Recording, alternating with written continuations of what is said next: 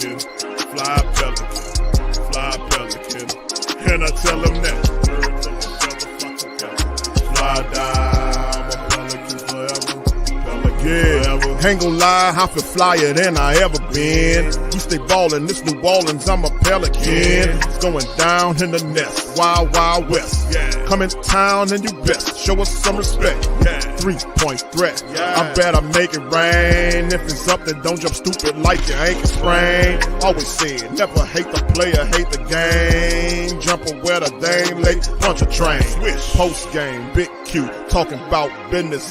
Bird gang, YouTube, they ain't flocking with us. Lock up the division mission, get into the finals. Finish competition, then it's going win the title.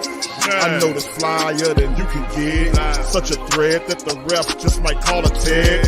You could double, you could press, but you can't check. Right, left, slide by you like a Eurostep. Fly Pelican, fly Pelican, fly Pelican. And I tell them that birds of a feather flock together. Fly down, I'm a Pelican forever. Pelican forever. And never, and never, and never, and never, and never, and never say birds of a feather flock together. Yeah, fly down, I'm a Pelican forever. Pelican forever.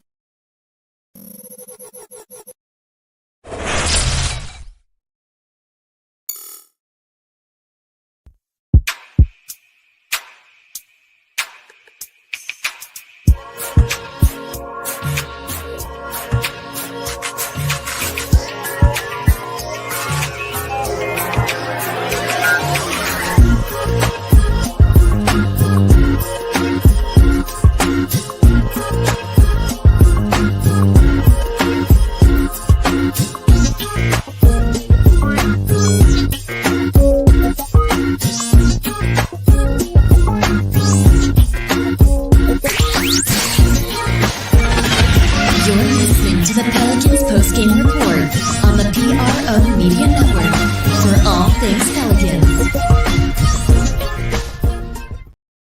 Games as he can, and he did it last year for us, even fighting through injuries. And we appreciate him. I asked you before the game about the starting lineup, or the lineup that you started tonight. What went into the decision to say, hey, we want to put Matt in there and put Hawkins in there with those other guys? We've been tracking that group together, and they've had a ton of success, starting with Memphis. They got on the run, and every time that group has been in the game, they've been playing well. We decided to go with it tonight. And you touched on it already a little bit, but just what words would you use to describe the last 48 hours and what it took for your team to come out with 2 wins? The biggest thing for us is, like I said, it's the mental toughness. And as long as we continue to have the mindset that we can push through obstacles, push through difficulties, understand it's going to be hard, but continue to execute. That's what come to mind to me, just the mental toughness. That was a hard game, dealing with all the obstacles. Like I said, playing malfunction back-to-back, guys are fatigued, and everybody stepped up. And what do you think about just Matt Ryan being able to step in and have such a big impact on your team? Huge game from Matt. And we're appreciative. He's a hardworking guy. He's confident. We want him to continue to shoot those threes when he's open. He just plays the game the right way. And it seems like I'm asking this every time we do it, but another dominant defensive performance from Herb. What did you see from him on that? Consistency. That's who Herb is. He's the first one in the gym, last one to leave. He's a leader. Every day you know what you're going to get from him on the defensive side of the ball. And then offensively, he had a big night tonight as well. Similar to the CJ question, JV showed up, double-double, assist, guy blocks tonight. Yeah. Just, what does it say about his preparation, having the summer he had, going on a deep run with Lithuania and being able to come in and, like you said, off a fatigue night and all that, just to perform at that level? Yeah, it's the same for JV as we spoke about with CJ. Both of those guys take pride in making sure that they're prepared. They work hard in the offseason. JV had a long summer, took a little time off, and then got right back after it. But he's a pro's pro. He takes care of himself. He's another guy that is sort of like an Iron Man. He doesn't miss many games, and big performance on his part tonight, and we needed it. You guys rolled out the zone a few times tonight to good success, and so without like giving up all your secrets there, just what are some points of emphasis when you guys are trying to run that zone in terms of what you're trying to accomplish? The biggest thing is protect the paint, make them shoot contested shots, and finish the possession with a rebound. And we know that they're a big team. They can dominate you in the paint, and we wanted to make sure we kept guys out of foul trouble, kept them out of our paint. We thought it could disrupt them a bit, and we had some success doing it. You talked about how like they might change up coverages on CJ, and they did end up doing that. Yeah. How did you feel about like the ball movement that was able to create, and and also like the opportunities to get guys like her to get downhill because of the attention? Yeah, it was great. CJ handled it all well. We had a couple mishaps down the stretch, but he was really good for the most part. I thought Herb had a big play, like the and one that he got. I think CJ was in trouble. He hit Herb, and he just drove it. And, Herbert, he's a fantastic basketball player, but CJ's gravity tonight allowed guys to get wide open shots. How would you describe your team's just confidence level right now, knowing everything you've been through up to this point? Yeah. Sitting at 4-on-1. We're extremely blessed. It's a great group in that locker room. I'm blessed to be able to coach them. And we just continue to work together. I got a great staff. So it's fun. It's fun to build this momentum early, gain some confidence early, and we just want to continue to do it. And really coming to the game, you obviously didn't know what to expect. Was that point in the game you felt like, okay, we're going to be fine? I felt we were going to be fine before the game started, to be honest with you. It's basketball at the end of the day, and this was an opportunity for us to just go after it. And that's my mindset, is anytime things go wrong or it's not ideal, guys out of the lineup, like it's an opportunity for us. It's an opportunity to show your toughness, show how mentally tough we are, see if we can execute. Those are fun times for me and for us, and I'm glad to see us come out on the winning side of that.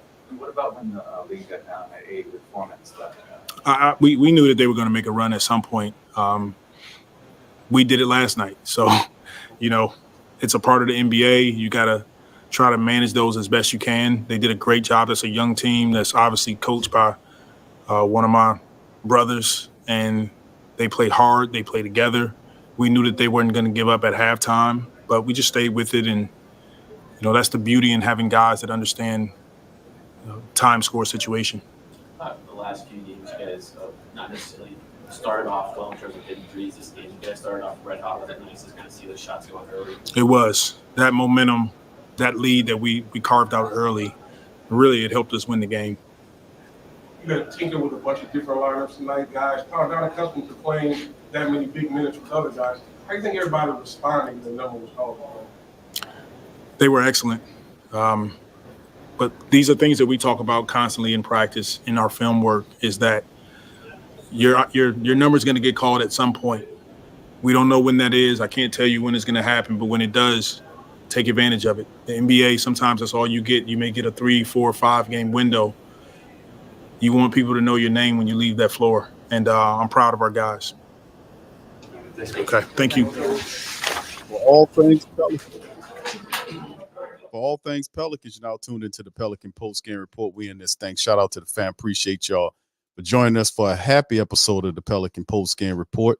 Pelicans get the W. As you can see, Pels jam up the Pistons 125-116.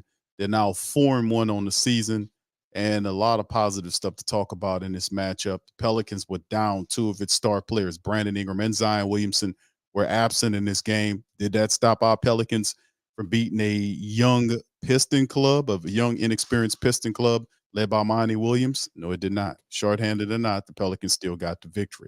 So shout out to the flock. We in this thing. I'm Big Q. We got DC and Lexxah in the building. We're going to chime in, have them to chime in on all this good stuff that happened in the matchup here. And listen, fam, it was a very interesting matchup.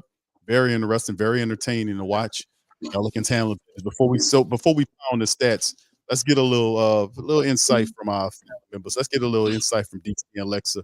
Lexxah, if you please, welcome in first and foremost. Shout out to you, and let's hear your this is about what you seen tonight night against about your Pelicans.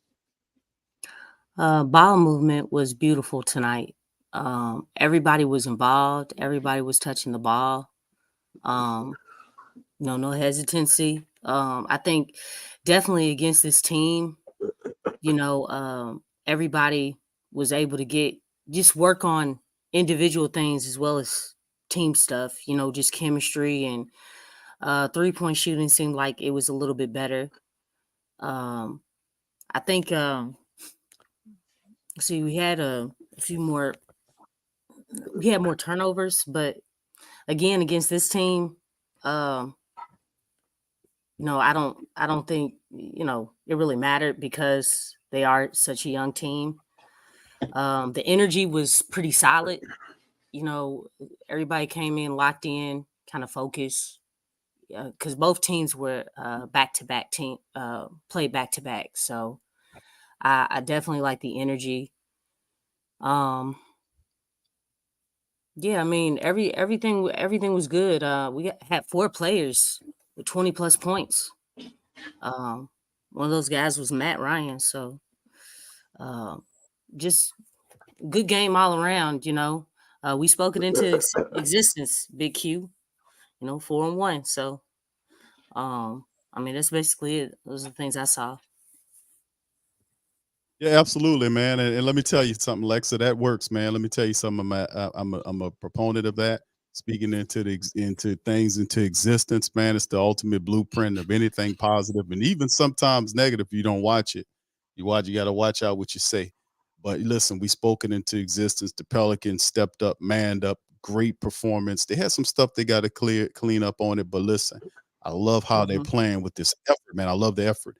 DC, shout out to you, brother. Hope you're feeling better. Yeah, I Let's hope you're hear. feeling better, DC. Yeah, I'm feeling all Let's hear. right, family. It's Let's hear kind of from what hard you had. it's kind of hard to feel bad when you see the Pels play like this. But excellent execution. I think they showed a lot of toughness, like Willie talked about, just the mental toughness to have their plane be delayed because of mechanical issues and have to sleep overnight in OKC, fly back this morning. You're holding Z out for rest. You got BI who's got a knee issue. Still don't have Trey, who's basically our 6th man. Jose Alvarado's still out, and we just find a way to win. They did against the Oklahoma City Thunder last night. Tough game, down 22, willed their way back. Well, today it was presented with some new issues. And they kept Zion out due to rest. So thank God he's not hurt.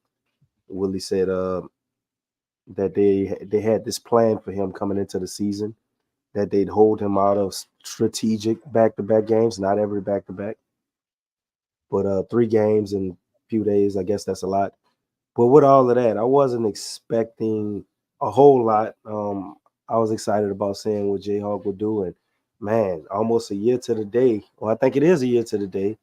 Everybody's talking about when Matt Ryan hit the game winner on us, he comes out here and gives us this juice. So all is forgiven to me. He came out hot, man. He got 20 points out of him. A guy that's on a 2-way spot. That's crazy. I see all y'all in the chat talking about JV. You know the vibes. You want to trade him. Everybody talking about trade JV. Yeah, I say top 6 center. We had Friday show. I bumped him down to top 7. They started naming some names. But, dude, all he does is give you 32 minutes, like my man said in the chat. What? West Bank Rick.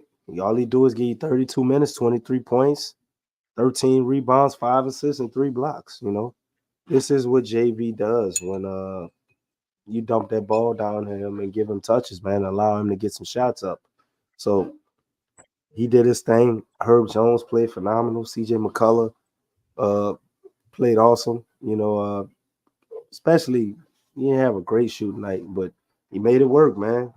Dropped the gang of points. So I'm just proud of the Pels for finding a way to win, because this is what they got to do. If we want to win the amount of games that we believe this team can win, they have to find ways to win when they face adversity. So this unit, as of right now, is leaps and light years beyond what we saw last year, because we probably would have lost this game last year.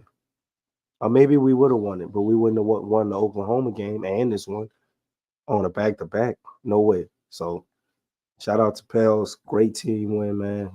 Excited about the direction of the team and what else they're going to do moving forward. Yeah, absolutely, DC, man. I'm going to tell you something, man. This was a gutsy performance by a shorthanded Pelican team, missing two of its superstars. Didn't stop them from handling the game. And once again, the Pelicans just, oh man, I just want, let's get into these statistics, these team stats, family. And I'm excited about what I'm seeing from the team statistics by the Pelicans, man. I'm really excited about it. 49% the Pelicans shot tonight, 39 of 80 from the field.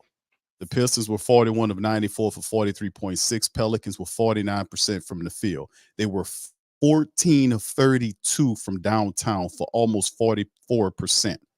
14 of 32, 44% from downtown. Pistons 13 of 38 for 34.2. Pelicans 33 of 35 from the foul line. That's 94%. The Pelicans hit 33 points from the foul line in this game. 33. Yeah, So after watching the Pelicans, you see, after watching the Pelicans, what's one of my favorite sayings, DC? With a flither it away. There you go, flither away. They flithered away a lot of points on the foul line in the last several contests. And what the Pelicans do, they come back this game at home and hit 33 of 35 and get 94.3%. That's what I'm talking about. 21 of 26 by the Pistons for 81%. Now, of course, we see the rebounds, disparity there, 48 to 36, 19 offensive rebounds by the Pistons. Pelicans 29-29 with the defensive. They circulated the ball too, as Lexxah alluded to. 30 to 27 Pistons by 3 of them, 5 to 4 steals. Pelicans 7 to 5 on the blocks. Pelicans turnovers only 12 by the Pelicans, 14 points off versus 16 by the Pistons, 24 points off. Fast break points 15 to 12. 44 all points in the paint. So the Pelicans led by as much as 25 in the game. Ultimately, they end up winning the game by 9. You've seen the Pistons try to get on their horse right in that third quarter, which is this. All the Pelican faithful always seem to kind of hold their breath in that third quarter. And they had 30 Pistons put up their best outing, which was 34 points against the Pelicans, 22. They're lesser. But in the end, the Pelicans did more than enough to get it. DC, let's go back to you, man. Quickly, what do you think about some of these statistics? Which one kind of stand out to you? Well, the fact that you are always trying to find a reason to get flithery, that's the main one that stood out to me. But other than that, You ain't I would using have it. to say, I didn't say flithery. I didn't say that. I said flithered away. Where's what flithery comes? That's not even a word, DC. Come on, bro. Come on, man. it's just as much of a word as flithered away. It's flithered, so it's pretty much in the same Okay, wheelhouse, DC. man, But that's okay. Don't worry about it. You just stay flithery, brother. But the free throw percentage and 94%, man, is to me a testament of their mental toughness. It shows me that they've been working on that they take that serious, man, because if we want to win games, that was two issues I had with this team starting the season, the free throws and the rebounding. Didn't quite win in the rebounding battle today, but I mean, two of your best forwards, you were without them, so give them a little bit of a pass for that. But 94% from the free throw line, and on top of that, you got to the line 35 times. So, that stat right there jumps out to me. The next one is the 3-point shooting, man. It was phenomenal tonight. Led by Matt Ryan for the most part, because I think he only missed one. Probably hit like 6 or 7 of them, or 5. I don't remember which one it was. But 42 for 32 from the 3-point line at 43%. Well, you can look at this as something like, oh, that's an anomaly, it's a misnomer. But the Pels have done this already within 5 games. They've had the same stat line twice. So maybe the 3-point shooting has changed, as we've seen in the game yesterday too. They missed a lot of 3-pointers, but they never lost confidence. And the fact that they didn't lose confidence in the 3-point shot, they were able to start hitting some of them later in the game, ultimately coming back and winning that game. So maybe there's a change with the 3-point shooting, and we have that mentality of actually taking the 3-point shots and not settling for a lot of those mid-ranges. So that stat right there jumps out to me tremendously in the last one. And I'll go ahead and pass it to you, Lex.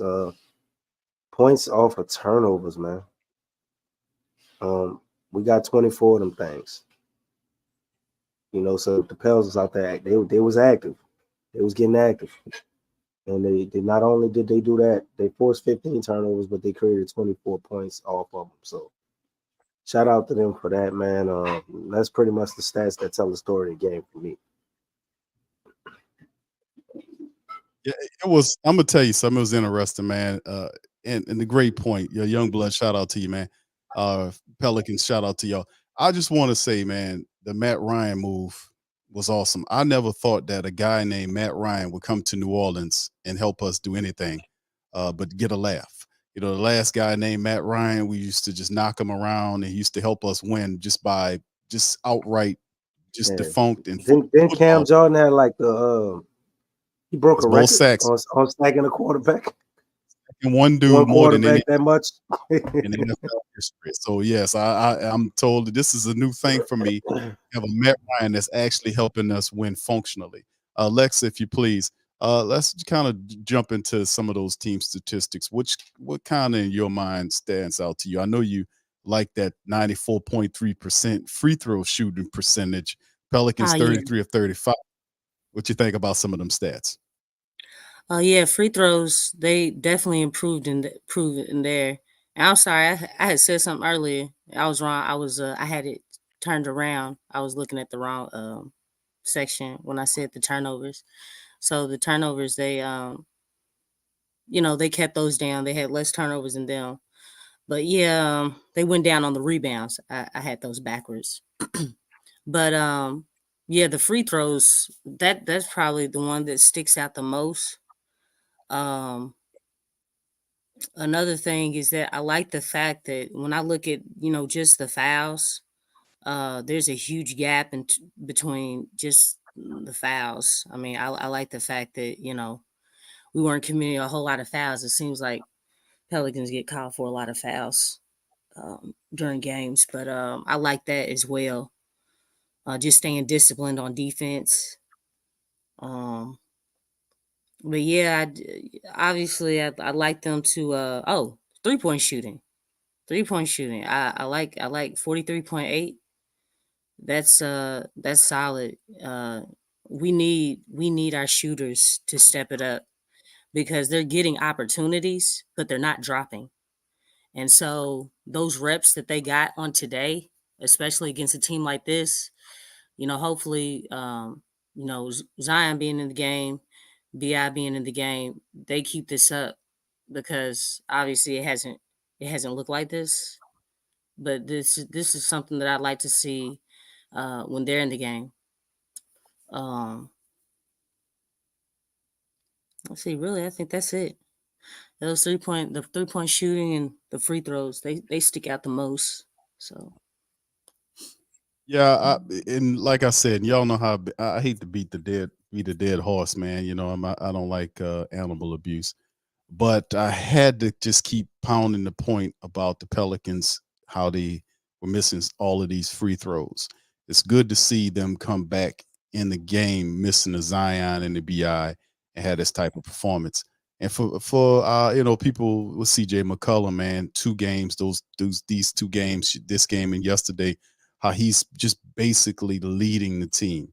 I mean, McCollum has really excelled over these last 2 games. His contributions are just out of worldly, man, into the just helping them win. I mean, he's been so stellar. Let's dig into some of these individual statistics as we'll see from the guys. He led the way, CJ, once again, 33 points in 35 minutes. He was 10 of 23 from the field, 3 of 10 from downtown, 10 of 11 from the foul line. He had 5 assists and 4 boards, and he did have 4 turnovers. But in the end, he led the team and did a lot of really positive things. 33 points from him, 23 from Val in 30 minutes, 9 of 16. He had 2 3-pointers. He was 3 or 4 from the foul line. He finished with 23 points, 13 boards, 5 assists, 3 blocks, Big V, and a plus 20 on the plus minus. Go ahead, Big V. And then, of course, Herb. Herb, 21 points tonight in 34 minutes. You know Herb does what Herb does. 6 of 7 from the field. He was perfect from the foul line, 9 for 9. He had 5 rebounds, 3 assists, 3 steals, 4 blocks. Herb was everywhere doing all things. He scored tonight to help out the Pelicans. He had a plus 10 on the plus minus, and then 20 points from Matty Icy Hot. Just did his thing in the start here. 20 points in 35 minutes, 7 of 10 from the field. He was 6 of 8 from downtown in the matchup, plus 16 on the plus and minus. He did a lot of positive stuff as well. And of course, Jayhawk, 29 minutes. Our young guy had 6 points, 3-point line. Was in there trying to figure it out. Dyson Daniels led the bench guys. Dyson with 10 points in 25 minutes. He was 3 or 4 from the field. Dyson was perfect from downtown too. He was 2 for 2, and he hit all his foul shots. He was 2 for 2. Go ahead, Dyson. Oh, yes, crikey. 10 points for him, 7 rebounds, 6 assists for Dyson. So happy for Dyson, man, doing this thing. 6 from KLJ in 20 minutes, 4 assists, 3 boards, 4 from Larry Nance. Did a lot of Larry Nance was just doing what Larry Nance does in the 15 minutes that he was out there playing. He had 4 points and a rebound in that thing as well. C. Brian got a little time in there, 13 minutes, put up 2 points and had an assist as well. So a lot of positive stuff from the Pelicans in this. And then, of course, on the other side, just to shout them out, 22 points from Cade Cunningham in 34 minutes. He had a double-double, 22 points, 11 boards. For 11 assists. 6 turnovers, though. But, hey, man, it wasn't their night. It was the Pelicans' night. So let's start, DC, if you will. Take us through, give me maybe 3 guys that you like tonight, man, that really showed poise and help the Pelicans kind of step on the Pistons, man, and move us up to 4-1.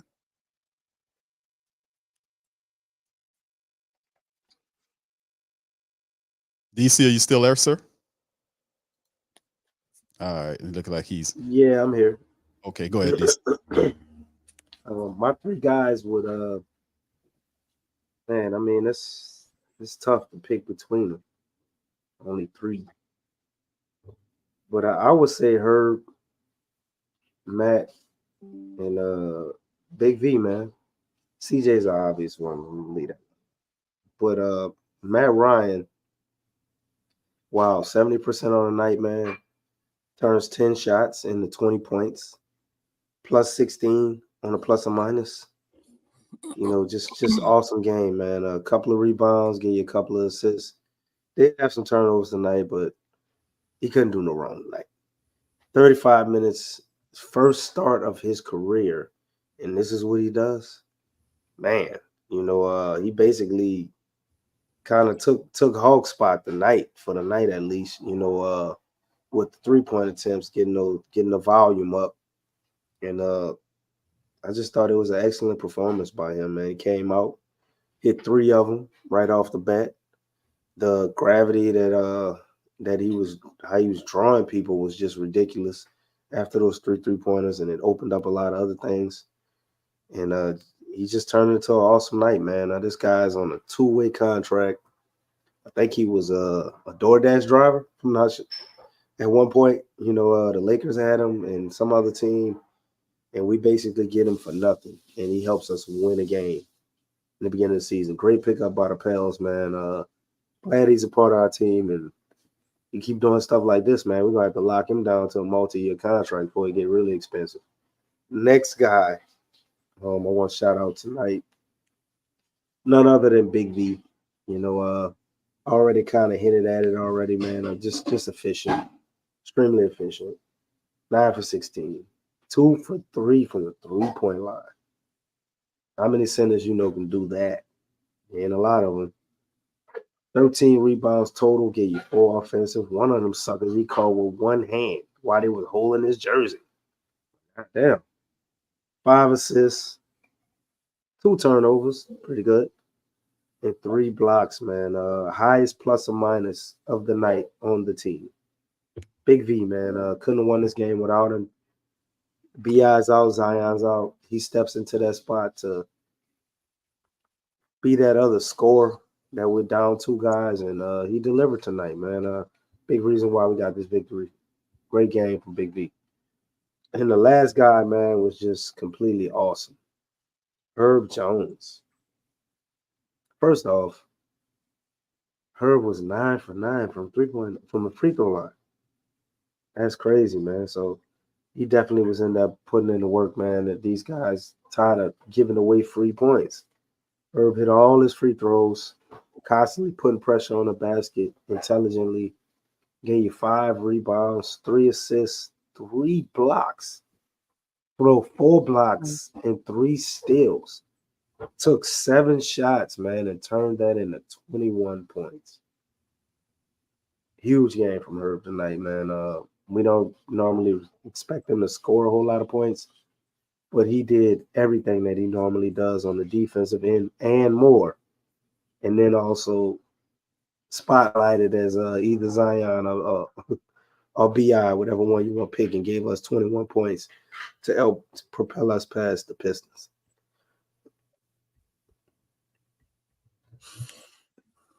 All right, Lex. Who you like in this matchup, sweetheart? Yeah. DC, like he was trying to, I guess he was reading my mind or something, or stealing my notes. But he chose like the same cast that I was gonna name. So Dang. So I should have took CJ. I should have knew. no. I should have knew. No, well, I mean, the thing is, CJ's been in this position before. We know that he was given the green light on tonight. But definitely, Matt Ryan, I don't know if you all remember, but Matt Ryan was a late scratch, or excuse me, not a late scratch, a late addition to the team, which was really a blessing in disguise because we really did more. We needed more 3-point shooting on this team, especially with Trey being out.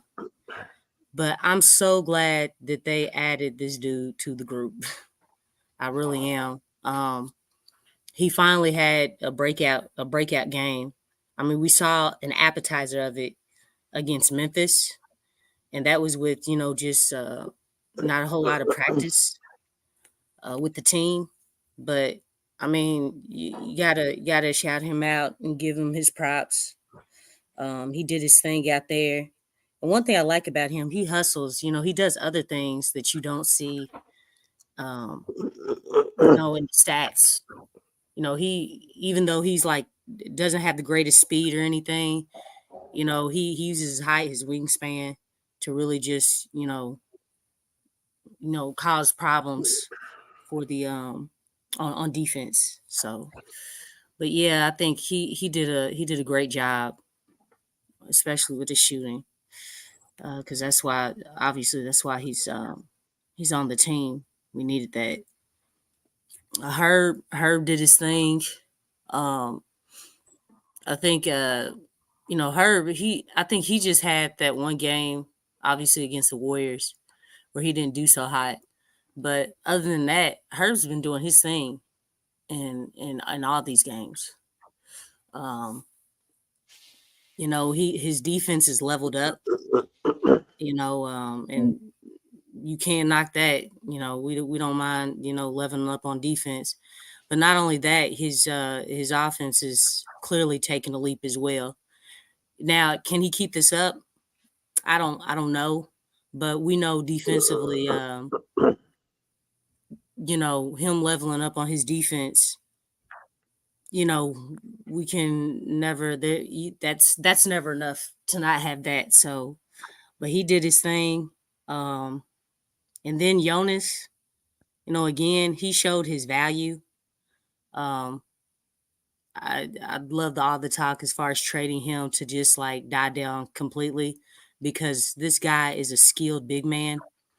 And really, this is a similar lineup that the Pels had against Detroit last season, when a lot of guys were down. And again, CJ and JV, they really exploited them two with this team. and they couldn't do nothing. They couldn't do nothing with him. So it's kind of the same thing with both of them. But it seems like JV, like with this team, he just kind of goes off. But yeah, he did his thing. JV's a walking double-double, people. Walking double-double. I just like his involvement. When we involve him, it makes things that much better because he does have a skill set. And it's not necessarily like, him shooting and stuff, but just involving him, getting the ball, down to him, letting him touch it. Anytime when you have stars out, you go back to the basics, throw the ball down in the post. A lot of times, the defense will collapse and it's like a ripple effect. It opens up for other guys. But that's one of the easiest ways to get everybody involved when you use your big man like that. So did a great job just involving him. But yeah, those three guys that really stuck out. Yeah, this is what I love to see from the Pelicans. And listen, man, don't tell me about people, man, visions and dreams and what people want to see what they want to accomplish. That's true what DC said about the guy being an Uber driver, and then stepping up. The Pelicans bringing him in on a two-way deal. He's getting in there early and taking advantage of what he's seeing. And you're absolutely 1,000% correct, Lexxah, about he does other things. He's just a shooter out there. But the guy is actually out there hustling. He's not the most athletic guy in the world, but he's out there pointing. He's communicating. He's engaged. He's out there moving around, and he's an effort guy. So I mean, I just love that, man. So if we got another effort shooter to go out there, we just have a very deep team. And like some of the family members are saying in the flock and chat, man, is that what does this team look like, man, when everybody is healthy? Jose Alvarado, Trey Murphy, you get Zion. Well, Zion's not banged up. They just gave him rest when BI finally comes back. Could you imagine what this looks like, family? Let's take a look quickly at the standings as it stands right now. This is the standings right now. Dallas is 4-0 in the Southwest right now. 4-game winning streak. Obviously, the Pelicans are sitting up at number 2. They're 4-1 there. 2-game winning streak. And that's a good place to be for our Pelicans early, right behind Dallas. So, like I said, man, we getting people back, and it's just gonna continue to improve and get better. So let's kind of jump into the preview. Before that, we got some breaking news, Q. Let's talk about DC. What you got, brother? According to Andrew Lopez, Pelicans reporter, and he also covers Spurs too, I believe. Pelicans are waiving forward Kaiser Gates. So that performance by Matt Ryan has inspired the Pelicans to waive Kaiser Gates for Jeremiah Robinson Earl on a 2-way contract. Sources tell ESPN. Robinson Earl averaged 7.2 points and 4.9 rebounds in 92 career games last year for OKC, 56 of which were starts. So this guy, trying to watch some highlights on him right now, it seems like he likes to shoot the 3 ball, but he's also a pretty good rebounder too. So they looking at Matt Ryan, man, and the Pels don't want to get content. See, we got that shooter. We got Hulk. Trey Murphy gonna come back. Let's go find another shooter. Yeah. So they aren't content at all, man. Making good use of those 2-way spots. You love to see it. Yeah. There go DC breaking some news. Go ahead, DC. Sick and all, brother. Breaking the news. Go ahead, DC. That's what's up, DC. That's good stuff, though. That's what I'm talking about, man. That's what's up. My dog DC breaking the damn news. Go ahead, DC, brother. Yes, all right, man. Now we just got to mix your little garlic and your pineapple juice, and you're gonna be fine, brother. That'll knock it right on the bottom. That's gonna make me too That's gonna make me too flithery, bro. I don't know if I'm gonna mess with that. Well, zinc won't do that, man. boost your immune system. There you go. And some Too orange flubbery. juice, some OJ. Tell them to. So I I'm thought, gonna listen to Lex on that, but I don't trust what Big Q saying. He flithers. He too flithery for me. So using that all kind of ways wrong, DC, just to let you know, brother. Just messing it all up. So here goes some of the statistics. And like DC said, 7 points per game, rebounds in 92 games with OKC. Now, y'all remind me about Robinson's play. Isn't this guy like a? Let me see if I can pull up some of his. he's shooting. I saw a few highlights. He's shooting a lot of threes, so I would imagine he's wasn't he like a shooter. Now he wasn't on the G League team, was he? Nah, he was on the active roster. He started last year. Yeah. He's a power forward. He's 6'9", and I think I need to see his face again. he's got good rebounding. They say he's got a nice mid-range shot, soft hands around the basket. I just saw him taking a bunch of 3-point shots in some of the games I looked at with him. Oh, okay. I remember him. Yeah, so he played with OKC. Yeah. They averaged 18 points a game. They had some really nice pieces over there. Isn't he like a hustle player? Isn't he like a hustle player? I remember he kind of looks like a hustle type guy. Yeah. Yeah. Pelicans making some moves here. Family go his. Let me see if I can get his. Well, hey, I do want to say this. Matt Ryan is shaking up the rotation as we speak. Yeah. The more playing time he gets, I mean, somebody's gonna be going to the bench. He's taking someone's minutes. And again, I don't know if everybody understands the situation, but out of everybody, I mean, Jayhawk, he's a rookie. So he still has plenty of time. But Matt Ryan, I mean, he's really making his case to as far as just moving up in that rotation. Even, when Trey gets back. And I'm not saying Trey's, but you know what I'm saying? Just like other guys, because that shooting is golden, man. I mean, it's a shooter's game. And so with him playing and doing the extra things, the hustling, getting rebounds, plus he's meshing with the group. He's meshing with the group very well. He knows how to move off ball and different things. I mean, he understands what he's doing out there. A smart player. So, he's shaking up the rotation, with every game that he plays. See, Lexxah, you ain't no Atlanta fan, huh? You like Matt Ryan a lot. Oh, you are so funny. Let's talk about shaking up the roster. And all I can think about is Najee Marshall. That's all I got to say. Najee Marshall's in trouble. That's the bottom. Yeah. And we knew what time it is. You got this kid here. Now they're bringing in. We'll see what Robinson.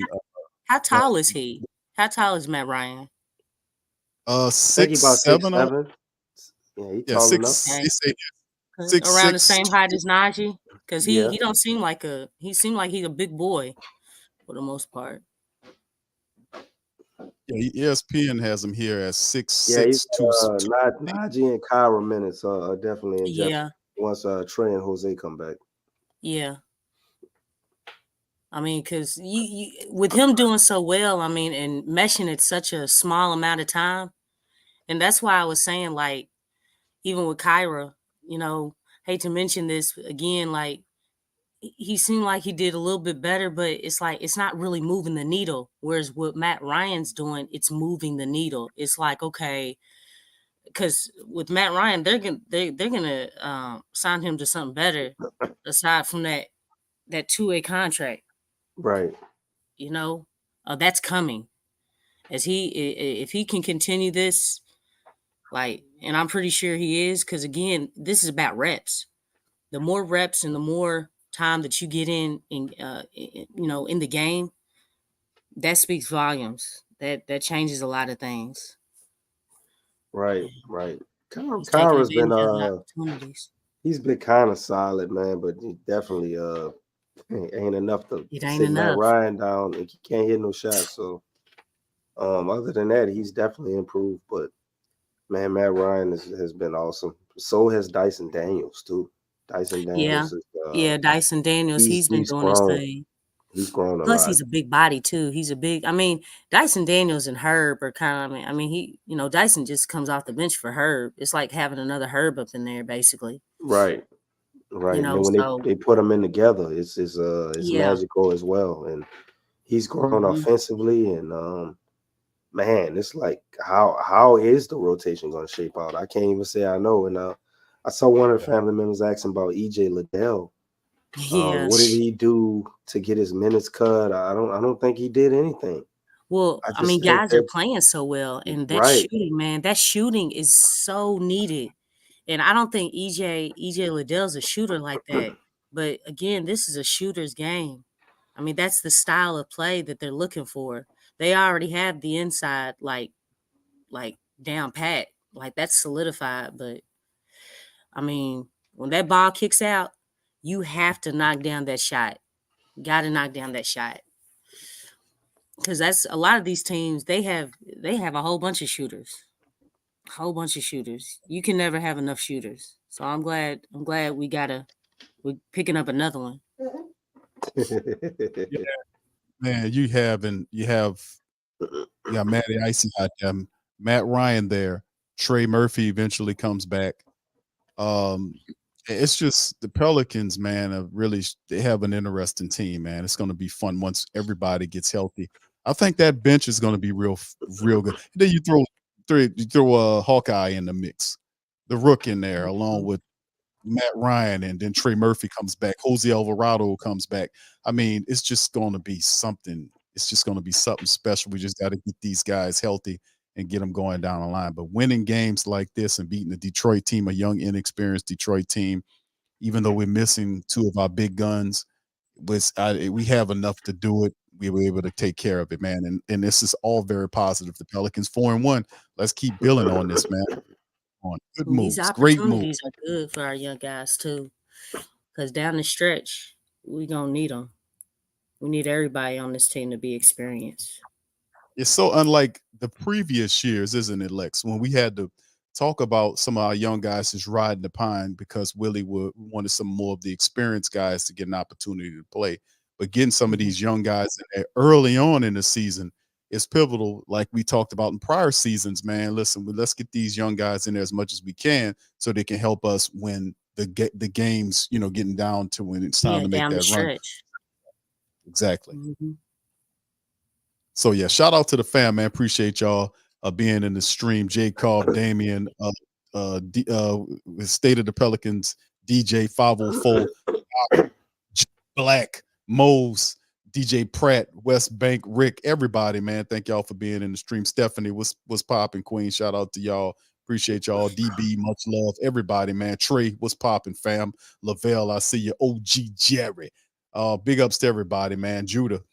Hit the like button, family. Feel free to share the show, man. Let's get to the preview, family. This is the one that's coming up on the 4th of November. It's Atlanta coming to the Smoothie King Center. We'll have Zion back. Brandon Ingram will be more of a game time decision according to the injury list. So this Saturday. So it's a 6 p.m. game. It's gonna be very fun watching it. They have Atlanta, the matchup predictor have Atlanta winning this game 60%, 60.3% to be precise, according to the ESPN analytics. The matchup indicator has the Pelicans losing. The Atlanta Hawks are 3-2, 1-1 on the road currently right now. Pelicans sitting pretty good.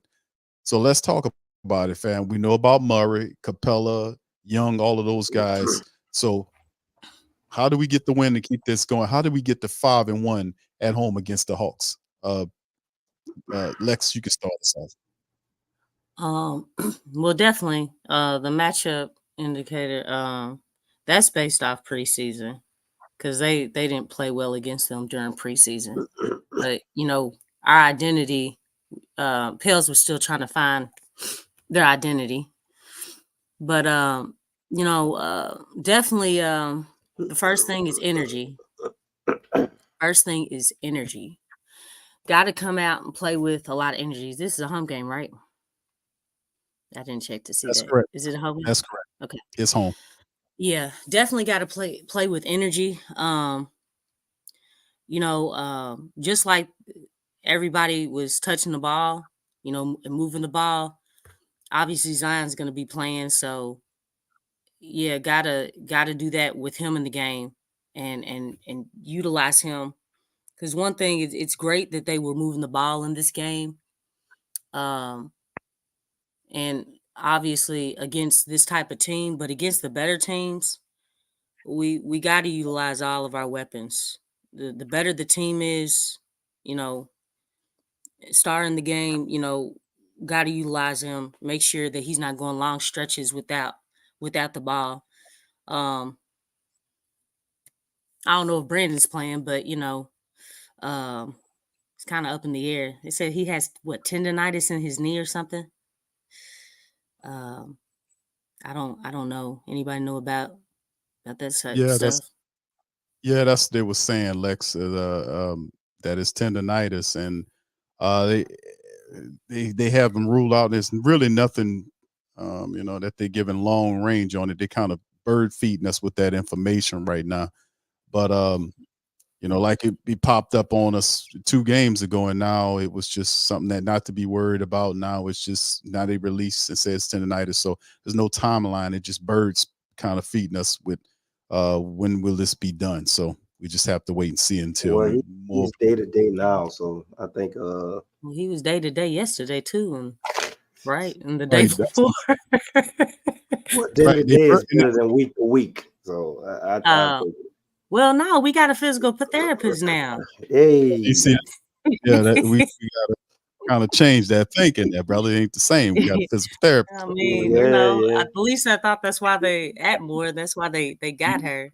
Well, everything might change in the next 48 hours, and we can see our whole team completely healthy. Yeah.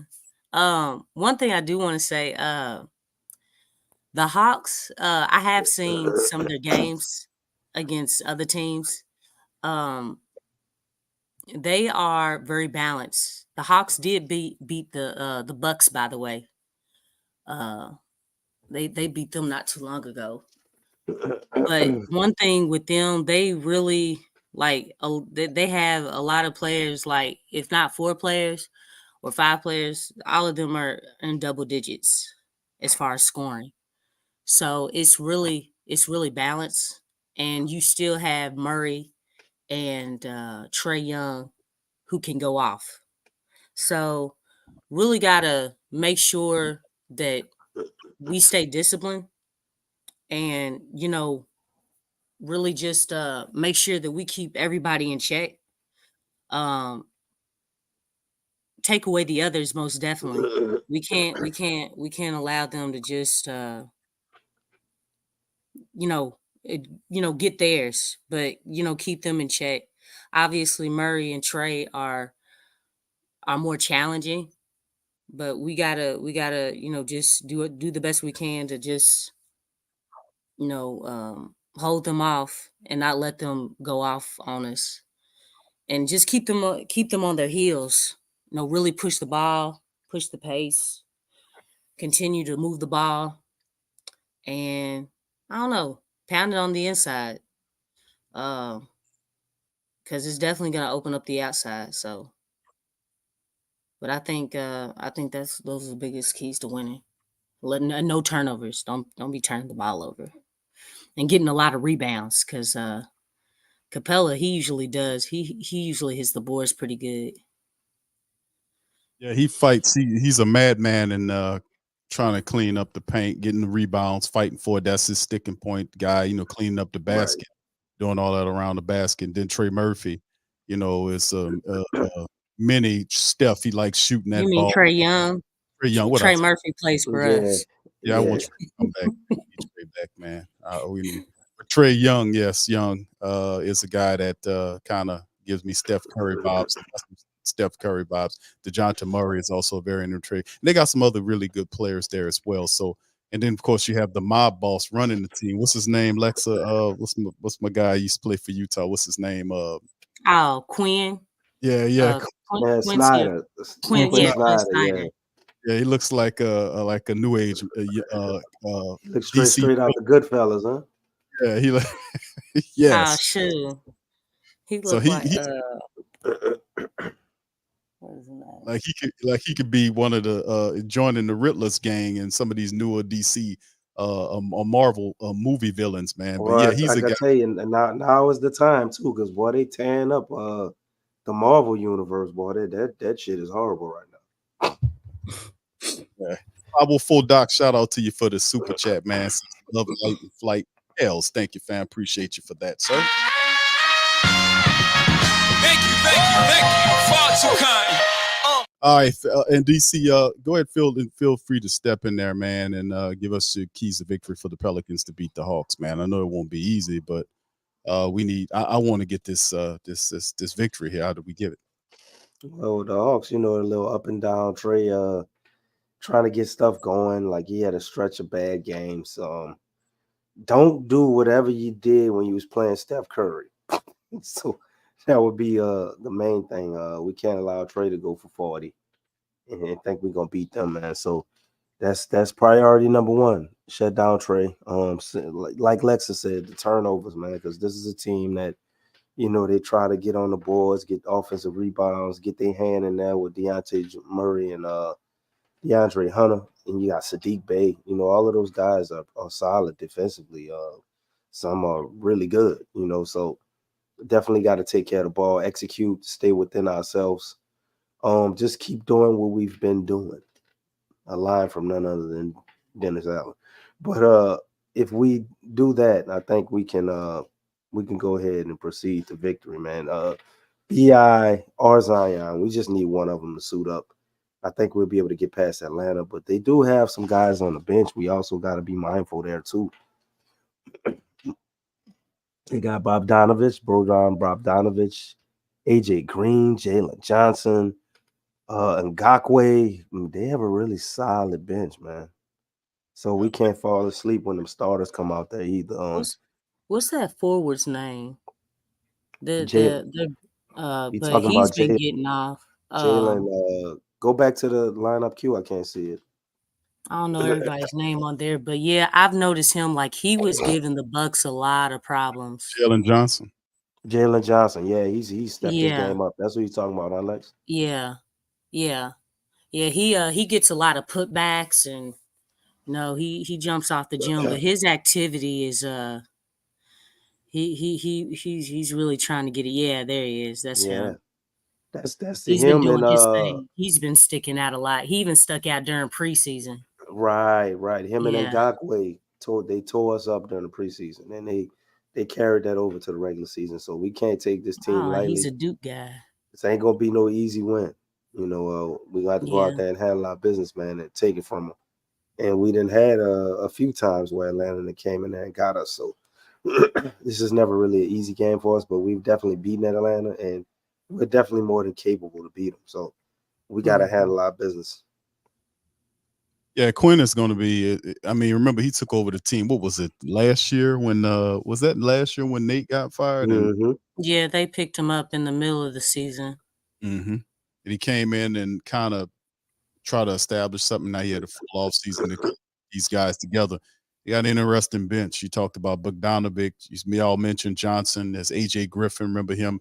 And they also have Patty Mills there as well. So Sadiq Bey was one of our favorites we liked a lot from prior draft. And they have a pretty solid team. So you're right. This is not going to be an easy battle. But we haven't. Go ahead, Lex. I think because they did go to the playoffs. I think they faced the Celtics. And the first part, it looked like the Celtics were about to run away, and they really fought back. They didn't make it easy for them because I think it's somebody. They talked about somebody coming to perform at the Hawks arena, and it had because they double booked and stuff like that. But yeah, they really pushed the Celtics. It looked like they were just gonna sweep them, but for Quinn to take over as late as he did in the season, and to push the Celtics the way that they did, it's definitely not going to be easy. These guys, their activity and their energy is really high. So that's why that energy is so important to come out the right way and you know, establish the game early on how it's going to go, dictate how the game is going to go. Yeah, we're gonna watch this one, man. It's gonna be a very fun game, man. Watching this one, it'll be a primetime game Saturday. It's gonna be interesting. It's gonna have a lot of shooting in this game, man. The Pelicans gonna bring it. Zion's gonna be there. Let me ask y'all this: what y'all guys think about Zion's mid-range game? Well, we started to see some of a little mid-range game, perhaps from Zion Williamson, the matchup against the Hawks. Perhaps get them to draw them out from a cluttered up hoop to come to him so he can run around them. Will we see a little midi game from Zion in this game? What y'all guys think about that? No, I think we'll see him take 1 or 2 3-point shots a game before we see that. As you can see by how the Pels are playing, and like I told you, we just signed that 2-way guy. So maybe we did have an extra roster spot, so they might be signing Matt Ryan onto the active roster too. And I think they like the way that they're playing, man. If you look at the shot distribution this game, I think this is what the Pels will want to do now, getting away from some of those mid ranges. Plus, if you got the right lineup out there with Zion and guys are hitting their shots, the middle of the floor is going to open back up for him, and you're going to see him back doing what he usually does. But I do think that's a great question, Big Q, because I would love to see him, just maybe take like 3 of them a game, 2 or 3 of them, just to keep the defense honest and keep them guessing. Get your pump fake working, because he has these his little in and out moves he wants to do. He does some shot fakes and stuff.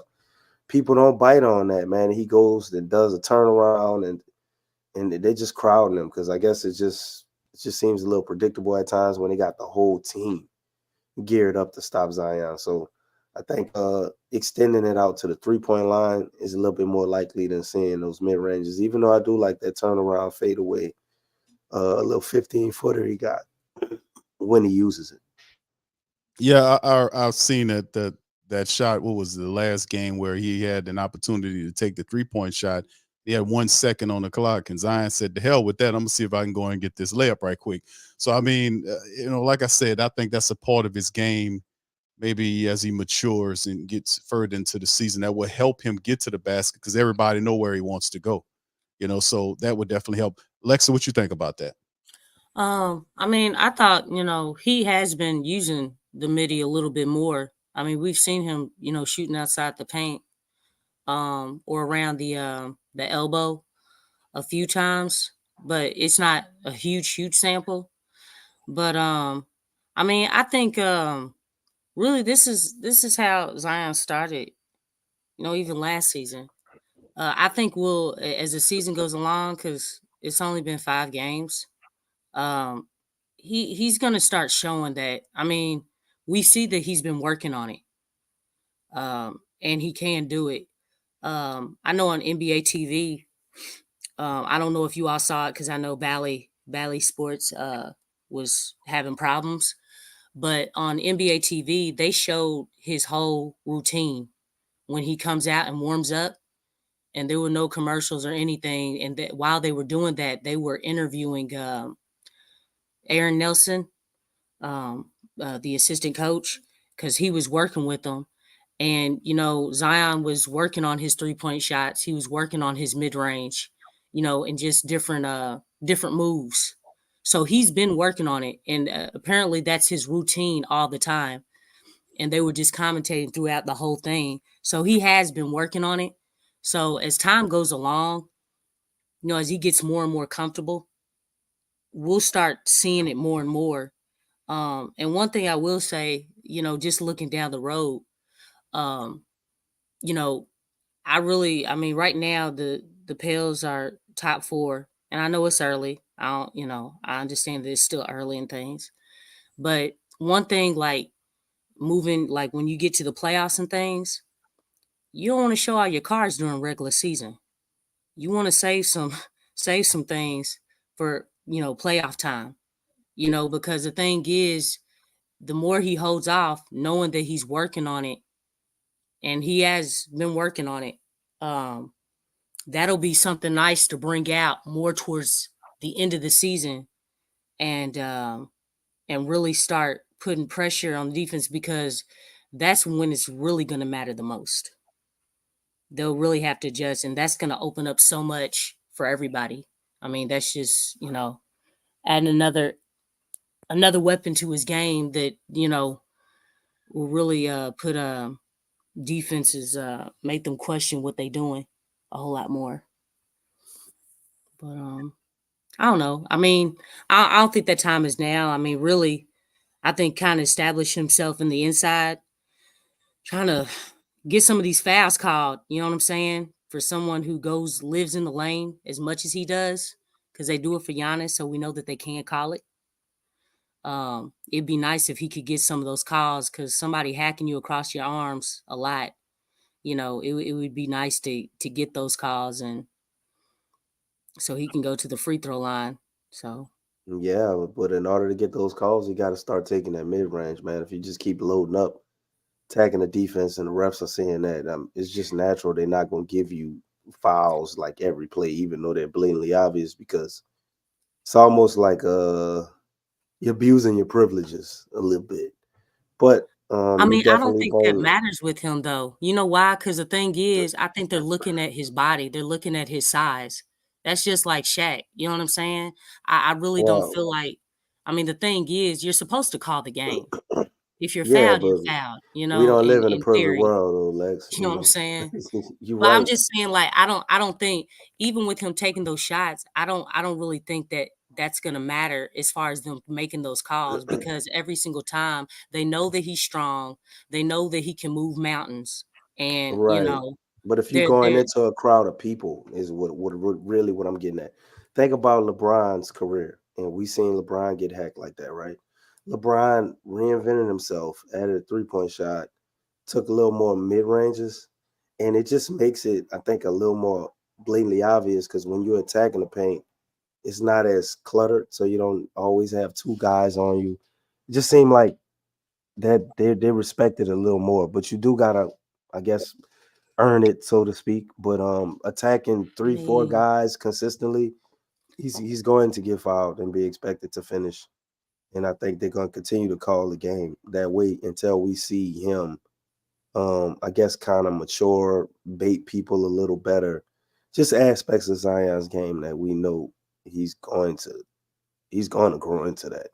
You've Yeah, seen it with Giannis. You've seen it with all the great players. He's just going through that phase, man, where you got to take your lumps. and let well, me I add, mean, Alex. I mean, I don't know. I mean, he's been in the season for a while, because it seems like every time Giannis goes down there, he's getting the calls. But I think But obviously I it's a just want level to of say one success. point, Lex, and I'm gonna let you finish. Zion Okay. played 16 games, and Giannis's 5-year mark or whatever. Even though he didn't have as big a takeoff as Zion, he played way more games. Yeah, I get That's that. kind of the difference, you know. You I took you mean, said well, it, I when mean, you he's said still a star, though. I mean, Zion is like, he's still a star. I don't know. I just feel like, for someone who, I mean, he was ranked first as far as points in the paint ahead of Giannis. You know what I'm saying? In the whole league. Mhm. I mean, I don't know. If you're up there and you're doing your thing, now I don't see why they don't make those calls. But I think obviously it's a level of success. Unfortunately, I think, they've won a championship too. They've gone far in the playoffs, whereas we've yet to see that with this team. And that's what I said against the Warriors as well.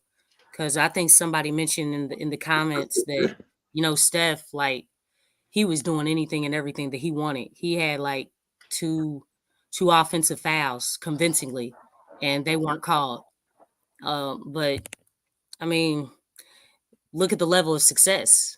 right. Look at what they've done. It's like politics is on their side, and so I think from that aspect, that to me, that's the only thing that keeps them from giving him those calls, because they're looking at, well, it's the Pels. What have they done lately? You're as good as your last hit. So I don't know. I mean, it might. And then even with LeBron, look at his level of success with all the teams he's been on. I mean, you can say obviously with his shot and everything, but I don't think refs are looking at the shot, man. I don't think they're looking at like, okay, well, you're coming from the top, or you're improving your mid range, you're improving your shot from behind the arc. I don't think they're really looking at that. I just Nah, think it's like, that ain't what I was saying. I'm just saying like when you can score on all three levels, you break down the defense different. So when they foul you, especially the type of foul of a guy like Zion, it's even more blatantly obvious. And it's usually less people fouling you. A lot of times he get fouled by 2 and 3 people at the same time, because they know where he want to go. So they just get where he wants to go, and they're already there. Yeah, That's the only point I was making with that. I agree. I hear what both. And my take is this, and the reason I brought up the midi game is because Zion Williamson, he goes in there, he's getting knocked down constantly. He's on the ground constantly. So I mean, and we really don't want to see that as Pale faithful, because what, if that keeps happening and we count on the referees Right. game right. And Willie said this last year. Y'all remind me when he said that we haven't earned that yet. Yeah, So I think that was that might have been 2 seasons ago where he was talking about that the Suns playoff series. He's When he said recently said it. And maybe said it again. Maybe, yeah. yeah, and he did say it a lot last season. But what doesn't that mean that it's like, okay, even though those guys, the guys you're talking about, Steph Curry, Giannis, these are superstars. Like you mentioned, they have a high degree of success. They're a draw. People want to see them. And I'm not saying they don't want to see Zion, but Zion it's not even close to what these guys have done. Not saying that he can't reach that, but I'm saying in terms of being smart, like high IQ basketball, you can talk about some of these other guys didn't start reinventing themselves until, they got into that point where they thought they can just get to the hoop, and guys are beating them up, knocking them down. Zion's on his backside, falling down on his arms and shit like that. So I'm saying it's like, save yourself that, bro. I've seen him work on the middies. How could he not work on the midi when he got the midi master next to him playing with him in the practice? I mean, BI is the midi master. The dude pulls up pulls up all the way, kind of stuff. That's something that he can take from his game. He adds that to it. And how fast and athletic Zion is, if they give him that, like they'll pile up in the damn paint. 5 feet between him and the nearest guy. They know he's trying to get there. Take advantage of that. You start working on that shot, you'll draw those guys out to you. They'll come to you, and then you can go around them. So I mean, that's what we say. It's just high IQ basketball. Going in there and count on them rotten, dirty referees to make the correct call. Good luck with that, because them bastards won't do that. We've seen in the game against Golden State, all those calls that Steph and the Warriors were getting. I had to go and clean my eyes and look at the court to see if they wasn't in Golden State. They wasn't playing in California. I'm like, dude, that type of officiating they did in that Golden State Warrior game is almost like we were in California some damn well. If you don't give Steph Curry and the Warriors those type of calls in our building, that's just outright disrespectful how the refs did that in that game. And they seen Zion getting beat up like that. So he has to adjust to that and understand, listen, these bastards are not going to call these fouls for me like they call for Giannis and the rest of these guys. I'm going to have to change up and do a little something different, since they won't clutter and pile up the paint like that, like you talked about, Lexxah, about his gravity, the fact that he can be able to distribute the ball and make them collapse on them so guys can have open shots. That's a part of the dynamic, but also the mid-range shot would also help out his game a lot better. I'm more comfortable with him, developing that mid-range to him trying to shoot that damn three-pointer. I'm gonna be honest with you. I like the midi better. Well, I mean, I he just shot think 40% from the 3-point line on the ones he took. Yeah, but when was that? Last year? How's he looking this year? Probably year before last. He didn't really it's take only a lot been of them 5 last year. games, and he's only played in 4 of them. But I mean, as the season goes along, we're gonna see him shooting more. I'm not saying that he's not gonna use it at all. Right, I agree I with mean, you, I Lex. just think, the thing is, right now with Zion's game as it is, he's dominant. That's what a lot of people say. He's dominant, and that's without a jumper, and that can't go unnoticed. There's a whole bunch of guys that shoot mid range, and they're not being described as dominant. So I mean, the thing is, he does have it. I mean, to be sandwiched by 3 people, and there's absolutely no foul called. I mean, I don't know. It's just kind of weird, but I mean, I think as time goes along, Zion's a smart player. He's always been a high IQ player. He knows how to use his gravity and kick the ball out, for guys to get basically a practice shot, where they have plenty of time to get their shot off.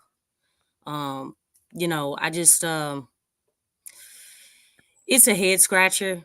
I mean, because obviously it's sports entertainment. So, there's the business side of it and politics and all that stuff. But it would just be nice, as, a huge, like, just basketball head. Hey, if you're fouled, to make the call. But obviously it's not that simple. Right. Well, yeah, I agree with you, Lexxah. Hopefully, I mean, eventually it will come. But like we said, it's just, I do see that, all that's gonna start happening. And he's taking the brunt and that punishment, getting knocked on his tail. And I'm pretty sure Willie is telling them similar stuff to what we advise. And like, look here, big fella, you might want to make it easier on yourself if you do this and that. And I'm pretty sure they're having that discussion with him to kind of work it out. And the team is, listen, a lot of this is going to get easier because we're going to get a lot of players back that are not there. And a lot of this is going to kind of look a little bit different moving forward. So I expect nothing but maturation. I expect nothing but progress from these guys moving forward, man. We've been deprived of seeing a complete, thorough team as the Pelicans get on the floor and just actually dominate these people and move forward. So I'm really just wanting to see that, man. But anyway, quickly, we have one question DJ threw out here, and I want to try to get that question asked. He asked about Cody Zeller. So quickly, let's kind of touch on that. I got to jump on the sports coma. I'm probably going to be up to after midnight. But let's y'all chime in, fam. What you think about this question DJ's asking? Why did we sign Cody if we're not playing him? Lexxah, you want to chime in on this one? Well, I don't think Jonas has been in foul trouble like that. And obviously Larry Nance comes off the bench for him. Other guys have been stepping up. I mean, we've been needing shooting around those guys. So right now, it's not the time to play him. I kind of look at his role as Hernan Gomez, and he's not even as skilled as Hernan Gomez. So just from a shooting standpoint, he sets great screens, but I just think right now, it's like, obviously we want to have a backup center just in case. But just right now, with how the team's playing, obviously there's a level of success because, the team is 4-1, soon to be 5-1. So, there you go. Yeah, I mean, it's somebody's not going to play, okay? I mean, as guys start coming back, like Sebron got in the game. You know what I'm saying? Well, he got in the game because, Zion didn't play. So, I mean, someone is not going to get as much playing time. And right now, the bench is competing, man. I mean, you see what they just did, what DC brought up with signing that new cat from OKC. Yeah, I mean, Matt Ryan, he's shaking up the rotations right now. So somebody's not going to get playing time. And when guys come back, guess what? I mean, will we be asking that same question with Kyra? We'll be asking that same question with Najee. I mean, someone's going to get their minutes depleted. So it's the same thing here. Right now, Jonas is doing his thing. What is his name? Willie Green, he really likes Larry Nance in that small five. it's gonna be very hard to convince him otherwise. To be like, hey, instead of playing Nance, come on, Cody, you get in the game. You know what I'm saying? I mean, plus I think Larry Nance, he stretches the floor. He's more mobile than Cody on defense. Maybe an opportunity cost on the rebounding, but I don't know. Willie's gonna stick with what he knows, and it's Jonas, then Nance, and then depending if it's a blowout or whatever, Cody's name will be called up. But somebody's not gonna get minutes. I mean, it is what it is. Yeah, 4 words, DJ. End of the bench. That's what Cody Zeller. Break DC, in case of emergency. He in the glass. That's it. That's all I got to say. Lexxah didn't cover all of it.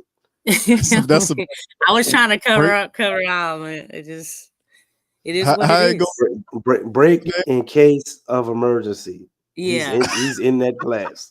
He's being used like Hernan Gomez, and I feel like Hernan Gomez should have had more clock. The only thing you miss, Lex, is what? I think Cody Zeller, the only reason he's here is in practice to help a lot of our bigs get used to the new offense. He's a great example for Borrego to see how to show the guys how to run the offense, where you should be, how to do this, how to do that, because he's played in James Borrego's offense before. Yeah. And yeah, that's true. With the Hornets, so that's why we paying Cody Zeller $3 million and to break in case of emergency and all the other fabulous stuff you said. But that's all I got. I'm ready to get out of here, family. I got stuff to do. And you gotta get healthy. Yeah, that's right.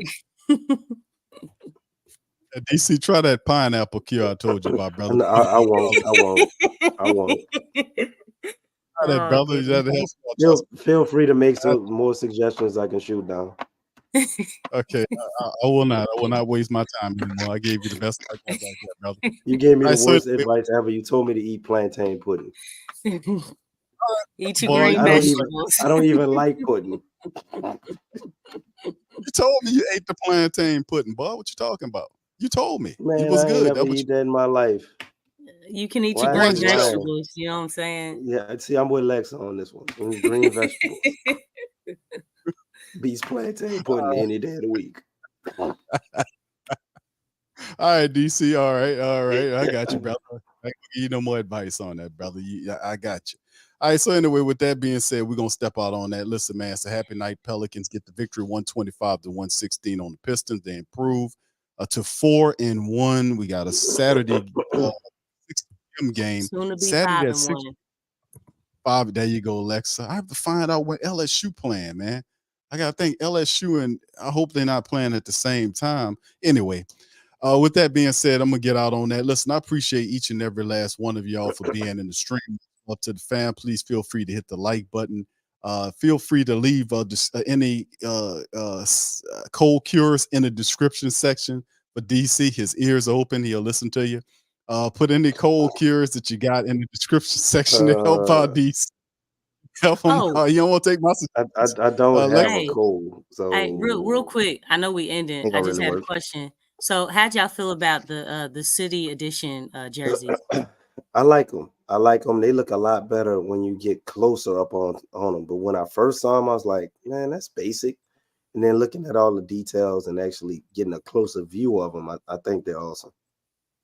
I think they're called the skeleton jerseys or something. Skeletons, I like that. I like that emblem with the skeletons pale symbol. That's real dope. And the video that they dropped, man, excellent music, excellent display. They got some of the some people in the city during Mardi Gras where they took some of the footage for the drop they did of it, man. I thought it was real dope. Put together by the Pels media, man. They finally knocked one out the park. And then after the game, all the merchandise was selling out. That's what I heard. So. Okay. Yeah, very unique look. I'll be interested. I know it's supposed to match with the court that's supposed to be breaking out. So the colors are very unique. The kind of a neon color to it or whatnot. Green. Or glow in the Yeah, dark it's green. Are those two different right. colors? Neon green and glow in the dark green? I I think don't know. They so. might be. Because I Yeah, think I think the T Wolves, they have when I first saw them, they reminded me of the T Wolves uniform from last oh season. yeah, But I think that green, I think that was like neon green. But I think these glow in the dark. They seem like I think that's what people were saying. Now if they glow in the dark, that's pretty cool. do they glow in the dark, Lexa? Is that true? The City I Edition? don't What? hey, if they Oh, that do, it's like shoe. would be pretty cool, man. Night That would be game. awesome. It really Right, would. Yeah, I mean, it would that'd have be that pretty. skeleton, you know what I'm saying? That feel. Um, I don't know. Yeah, that would be kind of man to see that happen. I know it's supposed to be something that's supposed to go on with them um for the tournament, the upcoming tournament that's supposed to pop. So yeah, Yeah. to be honest with you, man, it's definitely a unique look for the Pelicans. And a lot of us been kind of disappointed with some of the Pelicans other jerseys like DC. One of the remember they put the what was it DC? They had the Florida Leaf flag on the jersey. Everybody didn't like those. It was kind of strange how all that happened. But in the end, these are not bad It was looking wearing jerseys. curtains, bro. That wasn't jerseys. Yeah, he said that was his grandma curtains. Or something. That looked like some It curtains wasn't that go in like the mayor's office or something, man. the mayor's office. Okay, DC. Thank you for that. All right, so listen, fam, we're gonna get out on that, man. Listen, y'all have a good night. Much love to y'all. I'm about to go on over to Sports Coma, cover some Saint stuff. But listen, much love to the fam. Appreciate y'all for being in the stream. Much love to the flock, man. The Pelicans are 4-1. We get the win over the Pistons. We'll return Saturday night to recap the Pelicans win over the Atlanta Hawks. We'll be 5-1. Zion will be back. Will hopefully BI will return. We'll see what goes on with that. But in the end, man, it's all positive in the flock. So much love to the fam. Appreciate y'all. We'll see you on the flip side. Go Pels. All right.